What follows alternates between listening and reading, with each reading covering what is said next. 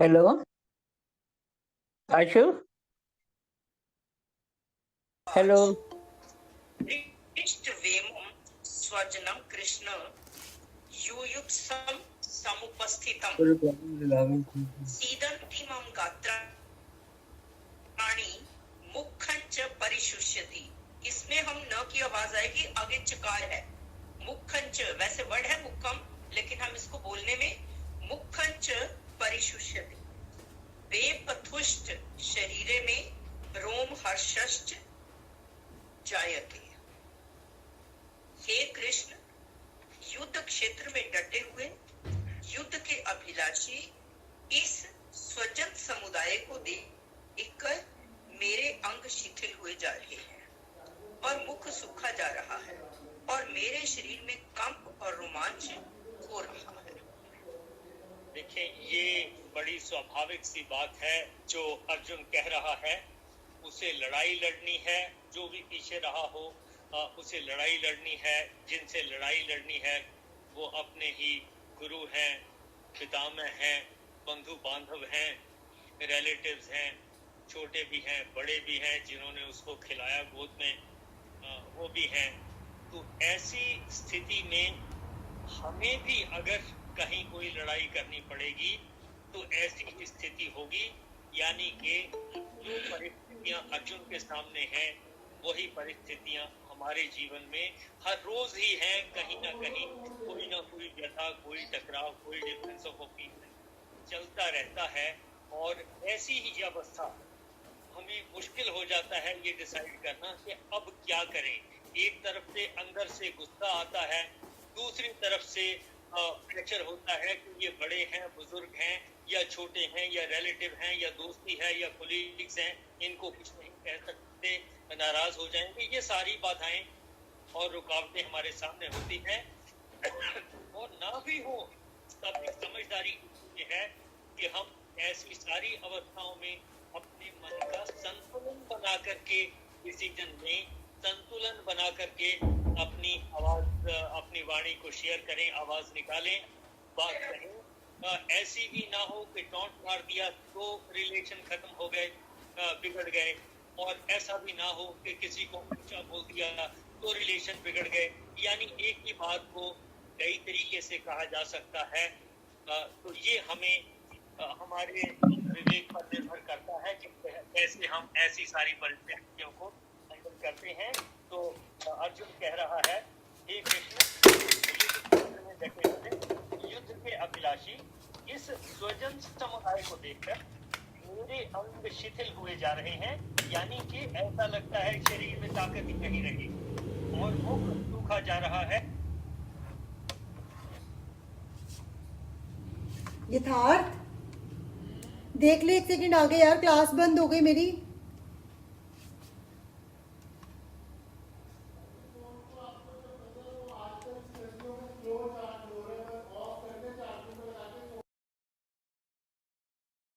आपको बता दूं, मैं इस वक्त बेंगलोर से बोल रहा हूँ। हम लोग अपनी बेटी के पास आए हुए हैं और ग्रैंड चिल्ड्रन यहाँ हैं, उनके पास हम लोग हैं। तो आज ये चर्चा मैं बेंगलोर से ही कर रहा हूँ, ज्वाइन हुआ हूँ आपके साथ। और आप सबको मेरी ओर से नमस्कार। आपको एक मिनट खुश रहे, आबाद रहे, यहाँ रहे, यहाँ बेंगलोर रहे। राधे राधे राधे राधे। थैंक यू जी, थैंक यू, थैंक यू। हाँ जी, सभी गीता प्रेमियों को मेरा प्रणाम। सर्वे भवन्तु नारायणं नमस्कृत्य नरं चैव नरोत्तमं देवीं सरस्वतीं व्यासं ततो जयम उदीरयेत्।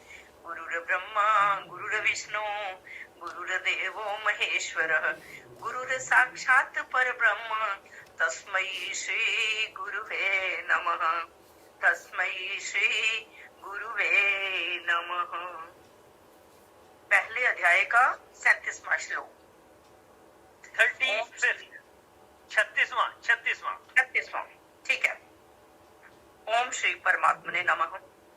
निहत्ये धार्त राष्ट्रा नः का प्रीति ही स्यात् जनार्दन पाप मेवा श्रय दस्मान न तकये हत्वैता नातताई नः। ये वर्ड है निहत्य धार्तराष्ट्रान नः। नः का मतलब हमारी का प्रीति ही स्यात् जनार्दन पापम एव आश्रयेत अस्मान हत्वा एतान आतताई नः। आतताई होने पर भी दुर्योधन आदि स्वजनों को मारने में पाप की प्राप्ति और सुख तथा प्रसन्नता का अभाव बतलाना। हे जनार्दन, धृतराष्ट्र के पुत्रों को मारकर हमें क्या प्रसन्नता होगी?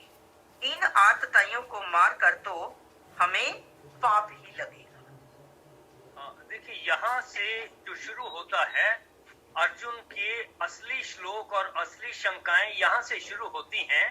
और क्या अंत तक जाकर ये शंकाएं, इन शंकाओं का समाधान हो गया या इनके चलते ही अर्जुन ने युद्ध करना स्वीकार कर लिया, ये तो हम आगे देखेंगे। लेकिन ये शंकाएं जितनी हैं, ये बहुत हद तक बड़ी रीजनेबल बातें हैं, लॉजिकल बातें हैं, जो हम सबके जीवन में भी इसी तरह से चल रही हैं, जिनका सामना हमें हर रोज करना पड़ता है। और इन्हीं चीजों के उत्तर जो है, ऐसे ही प्रश्नों के उत्तर हमारे जीवन में भी हमें चाहिए। तो अर्जुन ने कहा, हे जनार्दन, धृतराष्ट्र के पुत्रों को मारकर हमें क्या प्रसन्नता होगी? इन आतताइयों को मारकर तो हमें पाप ही लगेगा कि ये तो अपने ही हैं मेंबर, अपने ही, भले ही आतताई हैं लेकिन हैं तो अपने ही, इनको मारकर तो हमें अपनों को मारने से तो पाप ही लगेगा। तो ऐसी शंका अर्जुन ने जताई है। इससे आने वाले अगले श्लोक भी मिलते जुलते हैं, इसी की निरंतरता में, कंटिन्यूटी में हैं। आगे चलते हैं शशि। तस्मान् नार्हा वयं हन्तुं धार्तराष्ट्रान् स्वबान्धवान् स्वजनं हि कथं हत्वा सुखिनः स्याम माधव। अतएव हे माधव, अपने ही बांधव धृतराष्ट्र के पुत्रों को मारने के लिए हम योग्य नहीं हैं, क्योंकि अपने ही कुटुंब को मारकर हम कैसे सुखी होंगे। सिंपल सी बात कही अर्जुन ने कि हे माधव, अपने ही बांधव धृतराष्ट्र के पुत्रों को मारने के लिए हम योग्य नहीं है। यानी अपने बंधु बांधवों के साथ बंधु बांधवों को मारने का सवाल ही पैदा नहीं होता, क्योंकि अपने ही कुटुंब को मारकर हम कैसे सुखी होंगे। ये तो साधारण प्रश्न है कि क्या हम में से कोई है जो अपने ही बांधवों को मारकर सुखी महसूस करेगा? नहीं, कोई नहीं सुखी हो सकता। क्या अर्जुन ने ये ठीक सवाल उठाया? जैसा मुझे प्रतीत होता है कि ये प्रश्न बिल्कुल सार्थक प्रश्न है और बड़ा वाजिब सवाल अर्जुन ने उठाया कि क्या, क्योंकि अपने ही कुटुंब को मारकर हम कैसे सुखी होंगे। आगे चलते हैं। अच्छा, यद्यपेते न पश्यन्ति लोभोपहत चेतसः कुल क्षय कृतं दोषम मित्रद्रोहे च पातकम। ये दो श्लोक इकट्ठे हैं। ये कथम न ज्ञेयमस्माभिः पापादस्मान् निवर्तितुं कुल क्षय कृतं दोषम प्रपश्यद्भिर् जनार्दन। अर्जुन का कुल के नाश और मित्र द्रोह से होने वाले पाप से बचने के लिए युद्ध न करना उचित बतलाना। यद्यपि लोभ से भ्रष्ट चित्त हुए ये लोग कुल के नाश से उत्पन्न दोष को और मित्रों से विरोध करने में पाप को नहीं देखते, तो भी हे जनार्दन, कुल के नाश से उत्पन्न दोष को जानने वाले हम लोगों को इस पाप से हटने के लिए क्यों नहीं विचार करना चाहिए? देखिए, ये सवाल अर्जुन ने उठाए। यद्यपि अर्जुन ने कहा, यद्यपि लोभ से भ्रष्ट चित्त हुए, यानी कौरव, ये लोग कुल के नाश से उत्पन्न दोष को यानी इतना एस्टीमेट अर्जुन को था कि कुल के कुल नष्ट हो जाएंगे सारे। कुल के नाश से उत्पन्न दोष को और मित्रों से विरोध करने में, आपस में ये सारे के सारे मित्र बंधु बांधव ही तो रहे, और मित्रों से विरोध करने में पाप को नहीं देखते, तो भी कि ये लोग तो नहीं देखते, तो भी हे जनार्दन यानी हे कृष्ण, कुल के नाश से उत्पन्न दोष को जानने वाले हम लोगों को अर्जुन कह रहा है कि हम तो इसको जानते हैं कि कुल के नाश होने से क्या क्या दोष उत्पन्न हो जाएंगे और कितना सीरियस होगा ये और इसके क्या रिपरकशंस होंगे। कुल के नाश से उत्पन्न दोष को जानने वाले हम लोगों को इस बात से हटने के लिए क्यों नहीं विचार करना चाहिए? ये बिल्कुल स्वाभाविक प्रश्न है और बड़ा ही लॉजिकल प्रश्न है जो अर्जुन ने उठाया। इसके बाद आगे चलते हैं, अर्जुन ने और क्या क्या कहा, अपनी शंकाएं कैसे उत्पन्न की, इससे आगे और चलें आगे। कुल क्षय प्रणश्यन्ति कुल धर्मः सनातनः धर्मे नष्टे कुलम कृत्स्न मधर्मो विभवत्युत। कुल नाश से उत्पन्न होने वाले दोषों का विचार पूर्वक वर्णन।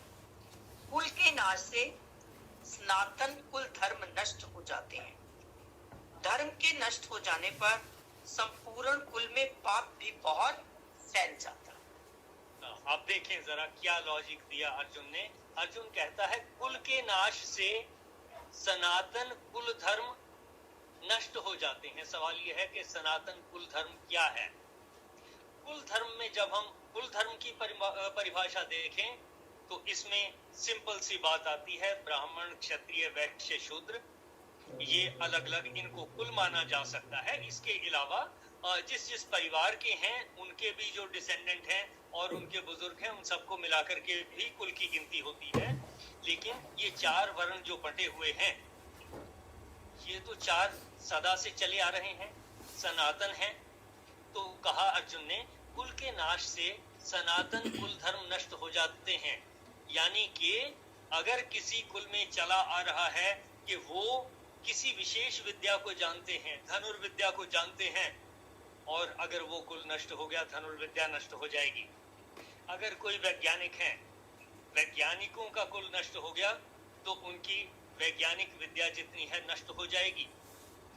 युद्ध विद्या जिन लोगों के पास है, अगर वो कुल नष्ट हो गया तो युद्ध की विद्या नष्ट हो जाएगी।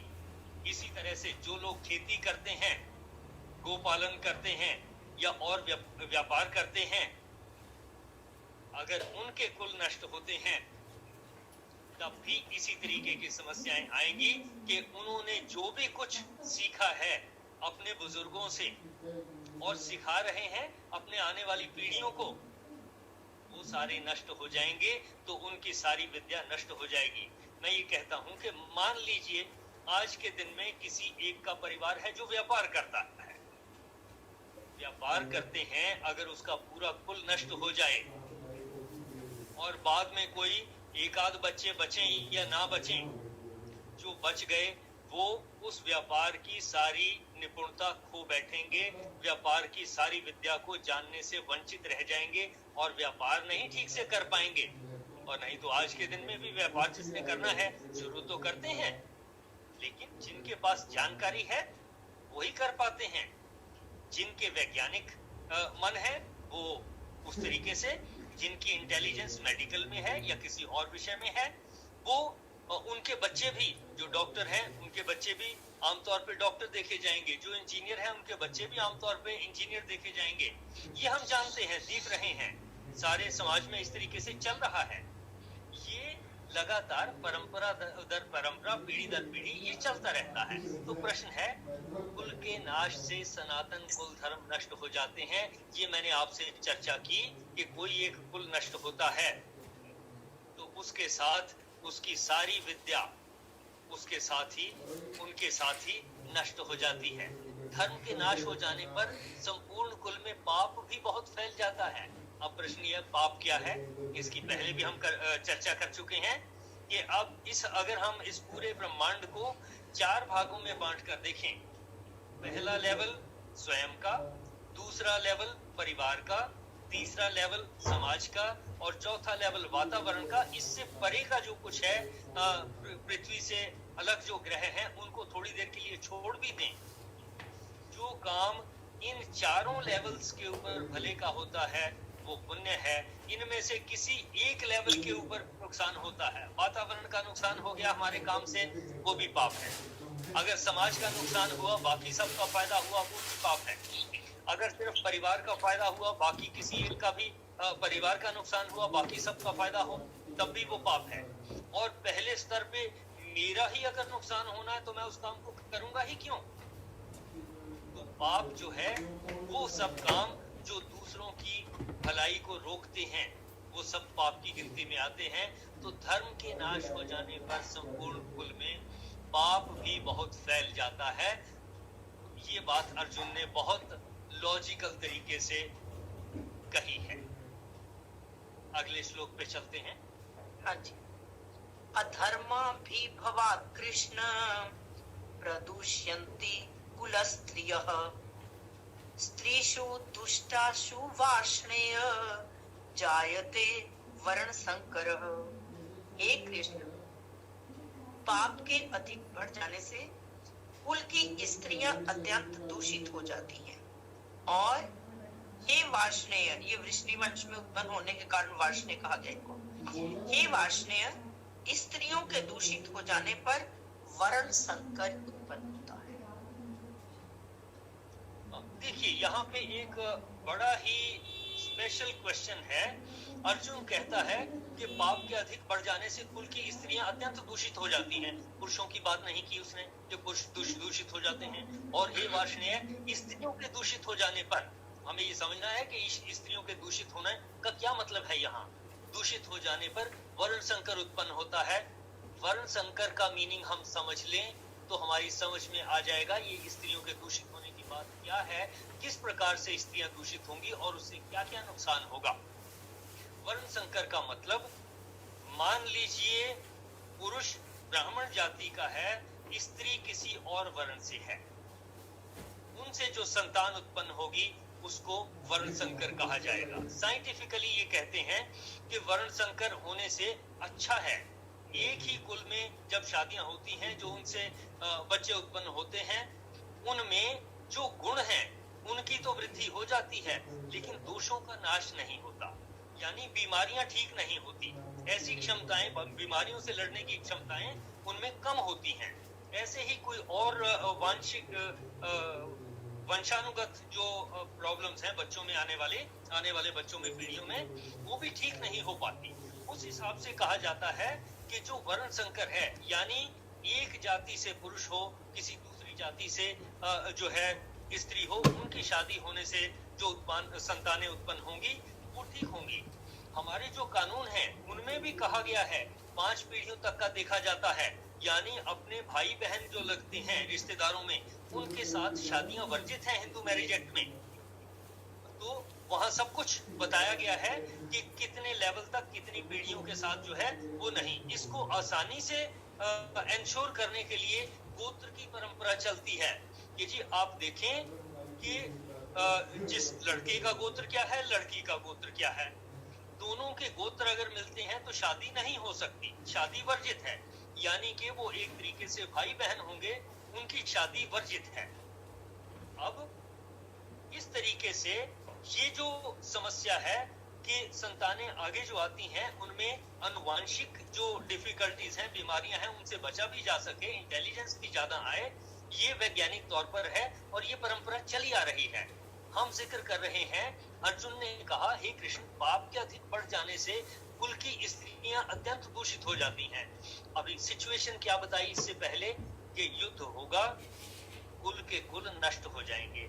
मान लीजिए युद्ध हुआ तो ये तय है, अगर भयंकर युद्ध है जिसका अनुमान सबको था कि ये सब भयंकर युद्ध होना है और बड़ा बड़ा नुकसान होना है, मान लीजिए सारे योद्धा मारे गए, उनकी विधवाएं बचेंगी। उनकी विधवाएं बड़ी उम्र की भी हो सकती हैं, मध्य उम्र की भी हो सकती हैं, छोटी उम्र की भी हो सकती हैं। अब उनके साथ शादी करने के लिए ब्राह्मणों में नहीं होगा। उनको शादी, आगे शादी की बात करने से पहले क्षत्रिय की बात करता हूं। क्षत्रिय अगर लड़ाई में सारे मारे गए, उनकी विधवाएं बचेंगी। इसी तरीके से समस्या होगी कि वो उनमें बड़ी भी हैं, मध्य उम्र की भी हैं और छोटी उम्र की भी हैं, बच्चे भी होंगे। अगर ब्राह्मण और क्षत्रिय, क्योंकि ब्राह्मण उस कौरवों में शामिल थे गुरुओं के तौर पे, तो उनसे रिलेटेड भी जो लोग थे वो लोग लड़ाई में शामिल थे। क्षत्रिय लोगों ने तो लड़ाई लड़नी ही थी, तो सबसे ज्यादा खतरा था ब्राह्मण और क्षत्रिय पुरुषों के नष्ट हो जाने का। जब ब्राह्मण और क्षत्रिय पुरुष नष्ट हो गए तो आगे खराब होने के लिए, दूषित होने के लिए क्या बचा? स्त्रियां बची, पुरुष नहीं बचे। किसके, कौन से पुरुष नहीं बचे? ब्राह्मण नहीं बचेंगे, क्षत्रिय नहीं बचेंगे, लड़ाई में खत्म हो जाएंगे या थोड़े बहुत बचेंगे। तो फिर उनकी जो विधवाएं हैं या जो जवान बच्चे हैं जिन्होंने आगे आने वाले समय में बड़े होना है, उनकी शादियां किनसे होंगी? फिर या तो जो लड़ाई में नहीं गए वैश्य के साथ या शूद्रों के साथ। अब ब्राह्मण और क्षत्रिय स्त्रियों की शादियां जब वैश्य और शूद्रों के साथ होंगी तो डेफिनेटली समाज में आने वाले समय में नुकसान ही होगा। समाज में जो विद्याएं चली आ रही थी वो सब नष्ट हो जाएंगी। जितने भी विद्या थी वो सारी नष्ट हो जाएगी, ऐसा अनुमान था। और इस तरह से मेरा विश्लेषण कहता है कि अर्जुन ने इस तरह से स्त्रियों के जो है दूषित होने की बात कही है और उनका असर क्या होगा जो मैंने आपसे डिस्कस किया कि अगर ऐसा होगा तो जो वर्ण संकर उत्पन्न होगा, यानी ब्राह्मण स्त्री या क्षत्रिय स्त्री और उसके साथ जिसकी शादी होनी है वो वैश्यों में से भी अगर युद्ध में बहुत लोग सपोर्ट कर रहे हैं वो लोग भी ज्यादा मारे जाएंगे, क्योंकि उन्होंने अनाज वहां पहुंचाना है, पूरी सप्लाई उन्होंने देनी है, मैनेजमेंट उन्होंने करनी है, वो भी ज्यादा मरेंगे। तो अंततः बचेंगे कौन? जिनकी इंटेलिजेंस कम है, जो सेवा में लगे हुए हैं, जिनको शूद्र की कैटेगरी में रखा जाता है। शूद्र की कैटेगरी का मतलब ये नहीं कि वो खराब लोग हैं लेकिन उनकी क्षमताएं कम हैं।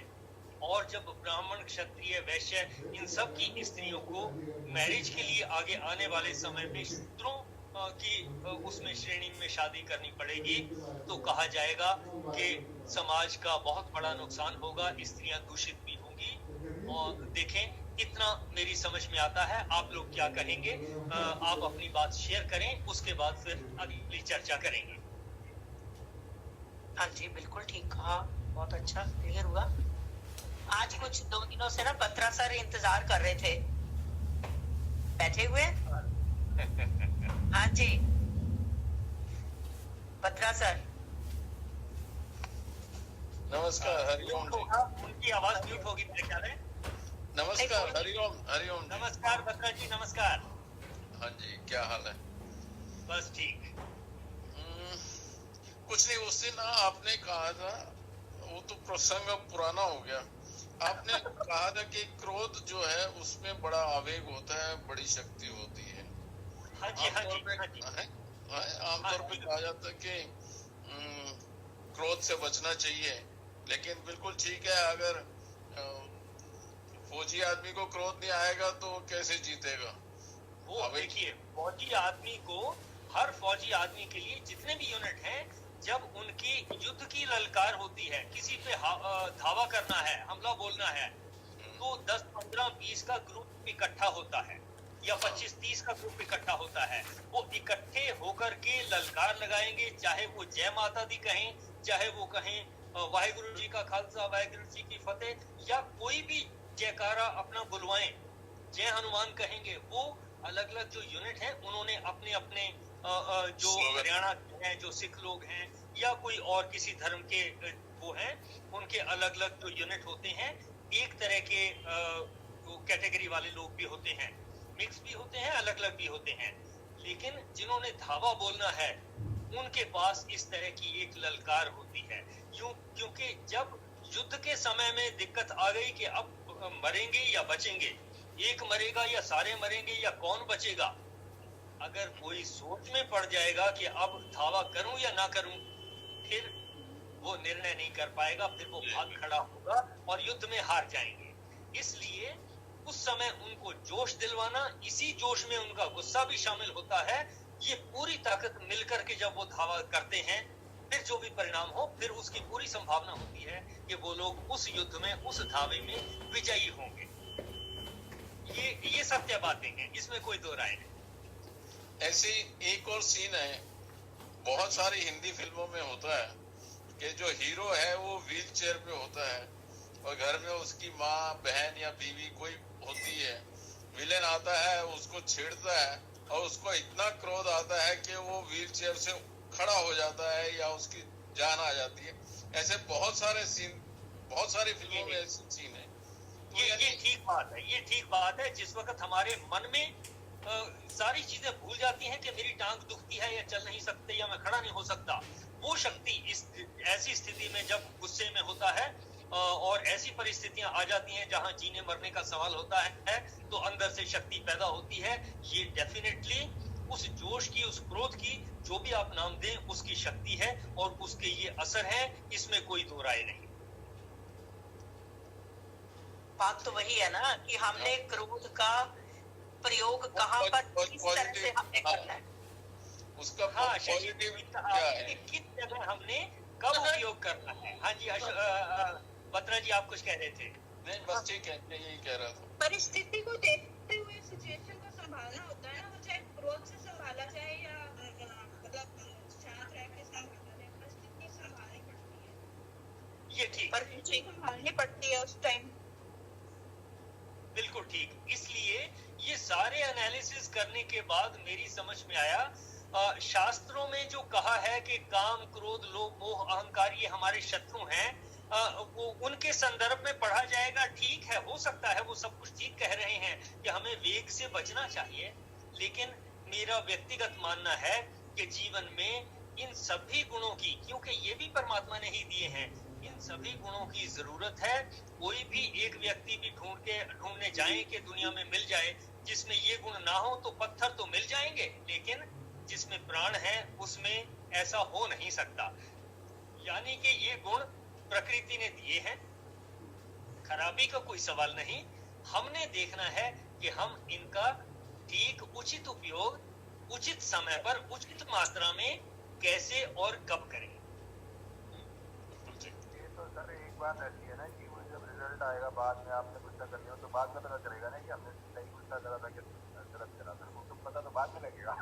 ये नहीं, ऐसा है, जो कुछ हम श्रीमद् भगवत गीता पढ़ रहे हैं और सत्संग करते हैं और ग्रंथों को पढ़ते हैं, इन सब को पढ़ने से अगर हमारे मन में धीरे धीरे बैठता जाए और हमें याद रहे उस वक्त सिचुएशन आने पर कि मैंने किस मात्रा में कितना गुस्सा करना है, किस शक्ति को किस तरह से प्रयोग करना है, तो डेफिनेटली हमारे जीवन में लाभ होंगे और हम वेग में आकर नुकसान होने से बच पाएंगे। बात ये है ना, साधारण व्यक्ति के क्रोध में और योगी के क्रोध में फर्क है। जो योगी का क्रोध है वो पानी में एक समुद्र में आप डंडे से लकीर मारो तो उसी समय साथ ही खत्म हो जाती है, वो सिर्फ उतना ही है। लेकिन ये तो योगी का है, लेकिन साधारण व्यक्ति का क्रोध जो है वो उसकी पहुंच से बाहर जब वो हो जाता है, फिर वो उसके लिए नुकसानदायक है। उसको पता नहीं लगता कि वो गुस्से में जो है कहां नुकसान कर देता है, जो उचित नहीं होता, जो उचित नहीं होता, ये चीज है। तो हमारा एक प्रयास होगा कि हम सब जगह से, जहां से भी हो, चाहे गीता जी को पढ़ रहे हैं या किसी और धर्म से किसी भी ग्रंथ को पढ़ते हैं या किसी से सुनते हैं, हमारे अंदर शक्ति बढ़नी चाहिए ताकि हम अपने मन को शांत रखते हुए अप्रोप्रिएट जगह पर जहां गुस्से की जरूरत है वहां गुस्सा भी इस्तेमाल करें, लेकिन कंट्रोल्ड हो, मैनेजेबल हो, अनकंट्रोल्ड ना हो, नुकसान ना हो, उससे हम बच सकें। ऐसे 16वें अध्याय में बताया ना कि काम, क्रोध और लोभ ये नरक के द्वार हैं, लेकिन वही है ना, जब हम उनका ठीक तरह से प्रयोग नहीं करते, हमें इनको छोड़ देना चाहिए, हमें इसको त्यागना चाहिए। वो तभी कहा गया है कि हम उनका प्रयोग ढंग से नहीं करते। अगर हम उचित मात्रा में जहां पर जो जरूरत है, जितना है, हम उस हिसाब से करें तो फिर तो नहीं है ऐसा कुछ। ये है जो एटॉमिक और न्यूक्लियर शक्ति है, उससे इलेक्ट्रिसिटी भी पैदा की जा रही है और उसी को दूसरे देशों पे गिराने से शहर के शहर नुकसान हो सकते हैं, नष्ट हो सकते हैं। तो ये हमने देखना है कि हम ऐसी सब शक्तियों का, ये मैंने न्यूक्लियर शक्ति की बात की, एटॉमिक शक्ति की बात की, लेकिन हमारे अंदर भी जो काम, क्रोध, लोभ, मोह, अहंकार की ये सारी शक्तियां हैं, उनको भी हम ठीक से इस्तेमाल करेंगे तो हमारे जीवन में डेफिनेटली फायदा होगा।